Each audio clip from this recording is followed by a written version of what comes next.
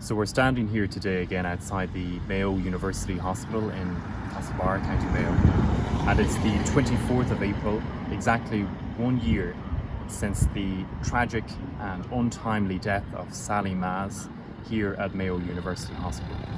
Sally was a 17-year-old Leaving Cert student who had multiple conditions which were known to the staff at MUH. She was brought to the hospital where she was put into a COVID ward despite testing negative numerous times. And as you know, when you're put into a COVID ward, you are isolated from your family, from your loved ones, from your friends. You have no voice, you have no advocate. And that's what happened to Sally. She called her parents in distress, and as we've said many times, she died some time shortly afterwards. And the news broke then, shortly after all of this came to light, that the staff here at MUH were gagged by the management before Sally's death, right back in March, at the beginning of the first lockdown. At the beginning of all of this situation, the staff were gagged. And you know, we've gone to the politicians, we've gone to the local representatives, we've gone to Councillor Michael Kilcoyne and the many councillors who sit on the HSE Forum West, the board that's there to deal with these things, to provide accountability. And we have simply asked a very simple request. Ask MUH, ask the HSE, just ask, why were the staff gagged? And today, 1 year after the tragic death of Sally Maaz, no councillor, no politician has asked that question. So we see the collusion here between the councillors, the elected representatives, our politicians, our government, the church, which is silent, and also, sadly, there is absolutely no opposition. And of course, one of the great safeguards in a democracy is the opposition party, and of course we have that in Ireland, Sinn Féin. The reality is, the sad reality is that it is no opposition, and that's amply illustrated by the example of our own local TD, Rose Conway-walsh, Sinn Féin TD for County Mayo, who last Christmas said that she was satisfied with the nursing homes at a time when so many vulnerable people were losing their lives in inhumane circumstances. How sad when we think today, right across our country, our elderly are in nursing homes at hospitals, but they're abandoned. They're abandoned. They see nobody. You know, when you think of this beautiful sunny day, when you're out maybe in your garden, your back garden, you're enjoying yourself, you're going for your walk, the elderly in those places are locked away. They have no hope. They are hopeless. They're abandoned. They're left to die. You just know that. You know, we've gone to our newspapers, we've gone to our local radio, we've gone to the national papers, we've gone to national radio, and we hear the same answer continually. Yes, we know that, but we can't say it. We can't say that.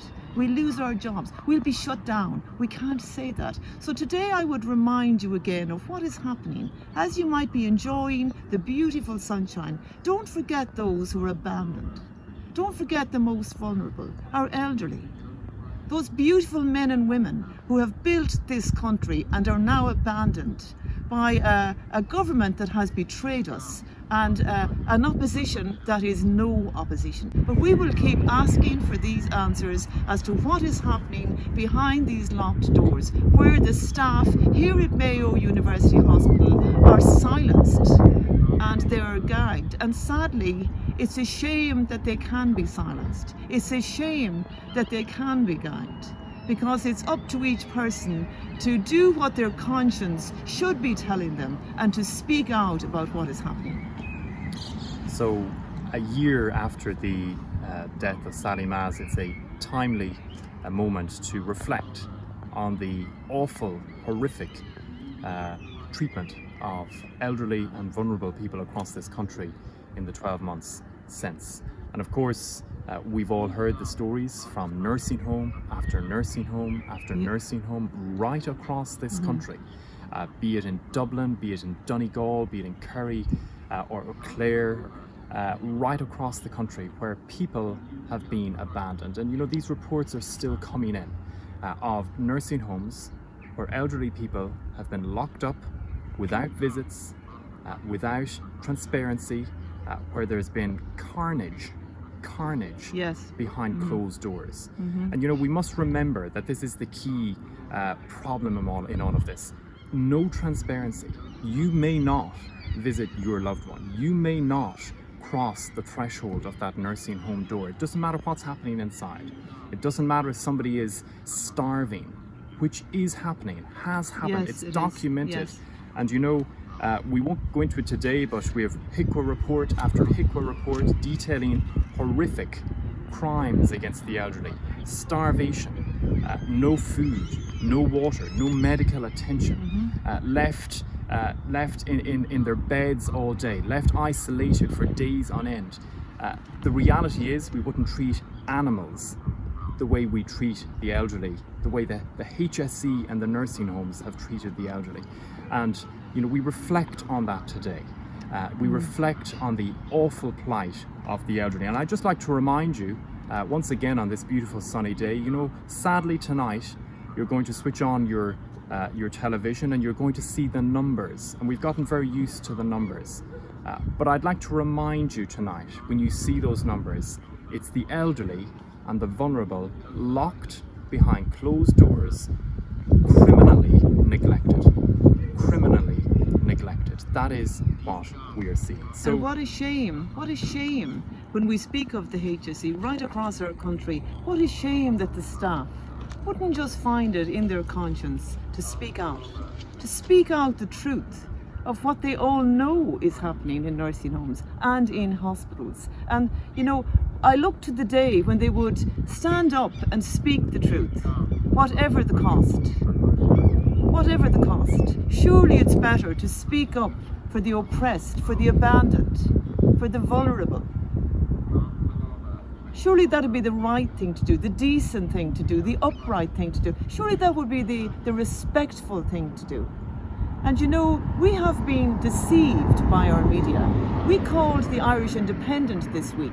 We asked them why they did a front page article on Sally Maaz and frightened the public into thinking that this was the first 17-year-old death of COVID.